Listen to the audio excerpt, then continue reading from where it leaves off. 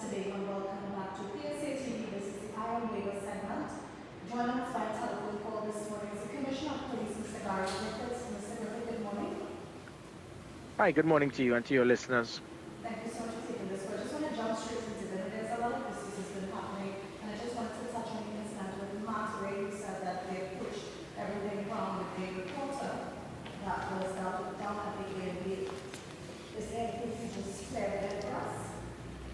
No, I wish to give the assurance to all members of the media that the Trinidad and Tobago Police Service will do all that is required to ensure that that persons, if they're in the conduct of any investigation, that their rights must be adhered to. Which means that if it is that a reporter is going to a scene, but it is a crime scene or for an investigation, I would advise citizens, members of the public, to understand the media. They have a responsibility, a very important responsibility, and you cannot in any way infringe them of their rights. And their rights can include actually questioning persons, taking photographs, and you can't just abuse your own authority because you feel that what may be published would not be in your best interest. If the media, any reporter is doing something that is within the law, other individuals must ensure that they do not abuse their authority and allow the media to adhere to what it is that they are doing. Having said that, there was an incident that took place. It has been thoroughly investigated. I do understand the concerns by Matt because of what took place, and I give the assurance that that I am dealing with this personally. I'm liaising with the Professional Standards Bureau, looking at what it is that went wrong, if anything went wrong, and what we can do to rectify it to ensure there's not a repeat in the future. Now, having said all of that, my concern, however, so whereas I agree with everything to justify the concern by Matt, my concern is how you go about dealing with an issue. It seems that, like in other words, the previous executive of Matt, they understood the importance of communication, of dialogue, of understanding a situation, so then you can make an informed decision to the public. That is how you deal with leader. That is how leadership is about. That is how it is. You try to interact with persons. It seems that this new executive of Matt, because you are the media association, they feel that their only job is to send media releases. But when you are a media association, you are now an organizing body. There must be a degree of leadership for you to understand the importance of consultancy, dialogue, trying to meet with persons. On several occasions, I've asked to meet with this new MAT executive. They have refused, not even the common courtesy of a response. But what they love to do is to blast press releases, especially to attack the police service. This is not the first time. If we recall, a few weeks ago, when there was a situation, and again, persons of international repute involved in law enforcement have laughed and can't understand how a media association could question something of this magnitude, where there was a situation of a possible terrorist attack when someone threatened to kill thousands of innocent children. And any right-thinking individual, citizen, law-abiding citizen, law enforcement official, politician, and members of the media would understand that the needs of the many would outweigh the rights of a reporter, especially if it is that you need to extract information from a reporter to ensure that lives could be saved. And Matt jumped in there to defend to try to question the actions of the police service, which is something that would be done worldwide. This was an act of terrorism. And Matt, remember, instead of speaking to me to understand why, they rushed with a media release, and the person was not even a member of the media association. He was not even a media reporter. So that was the first time. In this situation, again, one will think that Matt should have contacted me, asked to meet with me as the previous Matt executive would have done, try to understand what would have gone wrong. But it seems that they feel that because your role is media, it seems that their only way to deal to deal with issues is by a media release. Sometimes you need consultation instead of confrontation. That is my humble recommendation to them. Mr. Griffith, I know over the weekend, last week, there has been disappearance of 7 fishermen. And this morning, last week, the fisherman of the permanent sea, Mr. Gary, he indicated that there should be some sort of security measures for fishermen when they go out and sea. His idea was for fishermen to have firearms.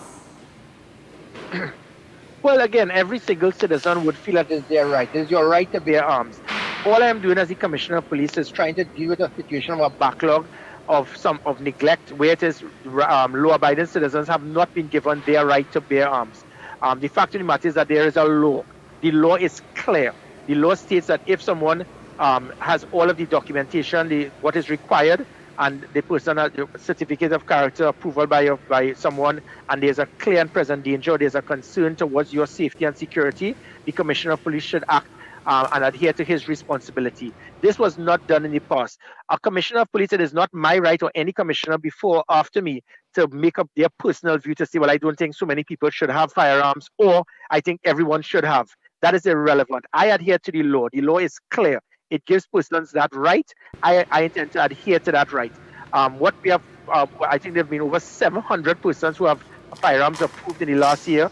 This is probably, I think, 7 times more than what you had for the last several years. So we are dealing with it. But the fact of the matter is there are 15,000 applications. So we are speaking about just probably 1 or 2 persons will get an FUL every month. We are speaking about over nearly 100 we get in every month. So I mean, we have gone over 50 times more that you'll be seeing now. So we are working with it as quickly as possible.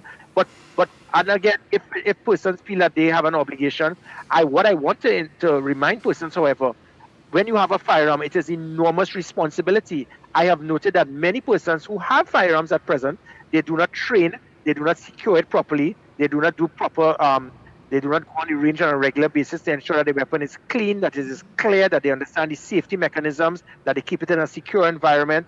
And with all of that, people need to understand it is an enormous responsibility. And but having said that, I intend to pursue it as quickly as possible, inclusive of prioritizing those persons who may require it as, based on the threat.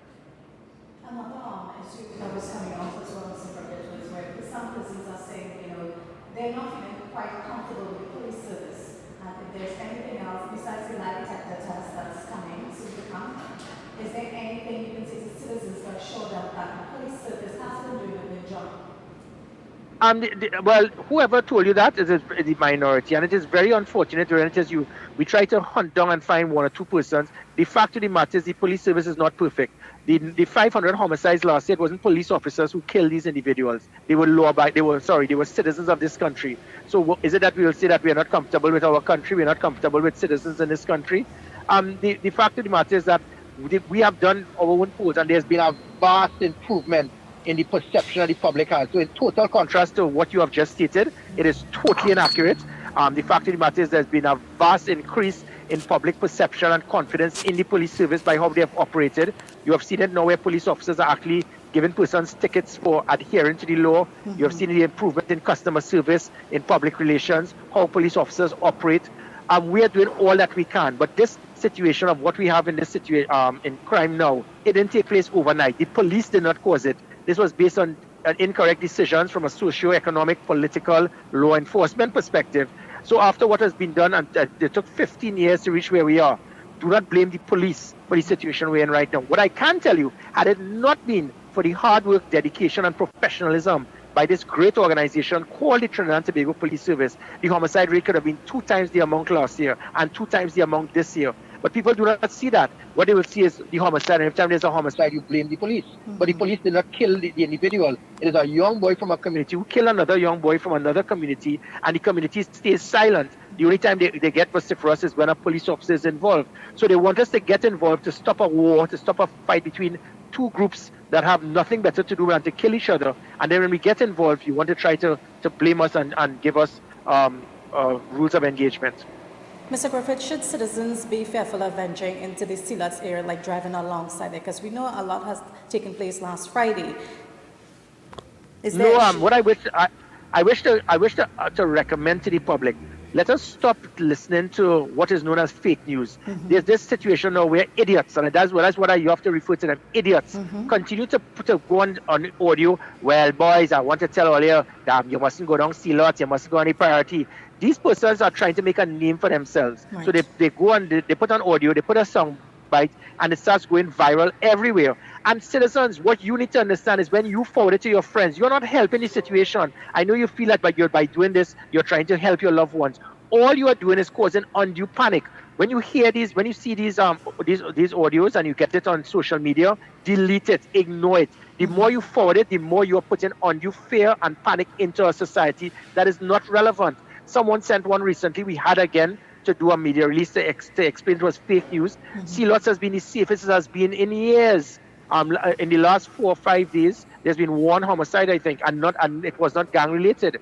But people, they love to do this, you know why? So that they will sit back and laugh and say, look how popular I am, look how important I am. I have people just sending around a video or an audio of me of what I said. And what they're doing is deliberately causing mischief because they try to sensationalize a situation that is a blatant lie, just in the hope that people will continue to forward, because we love bacchanal, we love gossip, we love to forward things to say, look, I send this because I got this information. Because sometimes people, if not wanting to feel important, they're doing it because they feel that they want to pass it on to their loved ones to protect them and warn them. All you're doing is causing undue panic. I strongly recommend to the public, if you're listening to advisories, take it from the Ministry of National Security or the Trinidad and Tobago Police Service. We have an effective operational command center, a commissioner's command center with GPS track. We monitor every single thing that takes place. We get it in real time before the public. So instead of listening to advisory, sometimes you will get it. You heard the advisory from Duma recently. It was totally inaccurate. There was no report of any shooting. There was no report of any incident that took place on that street. But again, in fairness to Duma, there was a concern. He sent an advisory. No civilian, no organization, no private sector can send an advisory. That is an advisory like that is your personal view, and at times it may be rum shop talk. Take it from a legitimate organization, from law enforcement. Other than that, if you see it, consider it rum shop talk. Mr. Griffith, I want to thank you so much and ask you for your closing comment for citizens this morning. I wish to give the assurance to the public, the Trinidad and Tobago Police Service, we will continue to do what is required. We intend to fight. We intend to fight back hard, push back the criminal elements. It is not going to be something that will be dealt with overnight, but we give you assurance what we will be doing. We will do it within the law. Thank you so much, Mr. Griffith. My pleasure. Thank you. That was the Commissioner of Police, Mr. Gary Griffith, there on the line with us this morning, just giving us an update with Matt and also what transpired at the Silots area. And he did assure citizens that they can put their trust in his police service and they will curb whatever crime situation is taking place in this country. We're going to toss the news and come straight back.